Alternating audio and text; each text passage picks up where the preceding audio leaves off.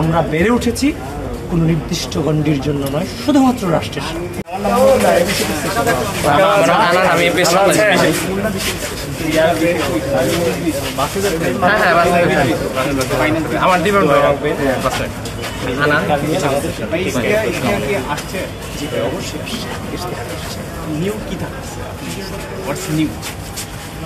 কোনটা থাকা উচিত?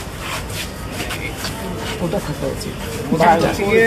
আমার কাছে মনে হয় যে মানে আমাদের যে সার্বভৌমত্বের যে জায়গাটা, এইটা অক্ষুণ্ণ রাখার ক্ষেত্রে হচ্ছে কি ডাকসুর যে প্রতিনিধিরা থাকবে 100% হচ্ছে আনকম্প্রোমাইজিং একটা শত্রু, তারপরে বহির কোনো শত্রু তাদের এজেন্ডাগুলো হচ্ছে আমাদের উপর চাপাই দিতে না পারে।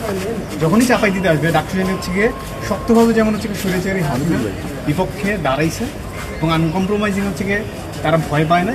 ডাকসু যেন হচ্ছে অন্য কোনো শক্তি, বহিঃশক্তি যারা আসবে তাদের এজেন্ডাগুলো যখন আমাদের উপর চাপাই দিতে যাবে, ডাকসু জানি যারা প্রতিনিধি যারা আসবে তারা যেন ভয় না করে, তারা যেন কম্প্রোমাইজ না করে। বিগত দীর্ঘ দুঃশাসনে 2016 সাল থেকে আজও পর্যন্ত, বিশেষ করে 5 জুন 2024 সালের 5 জুনের আগ পর্যন্ত দীর্ঘ সংগ্রাম, দামি নির্বাচন, ফেসিবাদ বিরোধী সংগ্রামে এই ক্যাম্পাসে একমাত্র নির্যাতিত ছাত্রদল এবং এই ছাত্রদলের রক্ত এবং সাহসের বাংলাদেশের স্বাধীনতা সার্বভৌমত্ব অক্ষুণ্ণ ছিল, সামনেও থাকবে।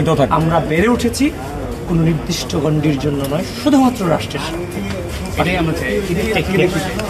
জাতীয়তাবাদের রাজনীতি তো হচ্ছে কি বাংলাদেশের সার্বভৌমত্ব রক্ষা করার শিক্ষার্থীদের জন্যই করবো ভাই, এটা আমার সাংস্কৃতিক বিষয়ক সম্পাদক, আমার বাংলাদেশের জাতীয়তাবাদের রাজনীতি বাংলাদেশের স্বাধীনতা সার্বভৌমত্ব অক্ষুণ্ণ রাখার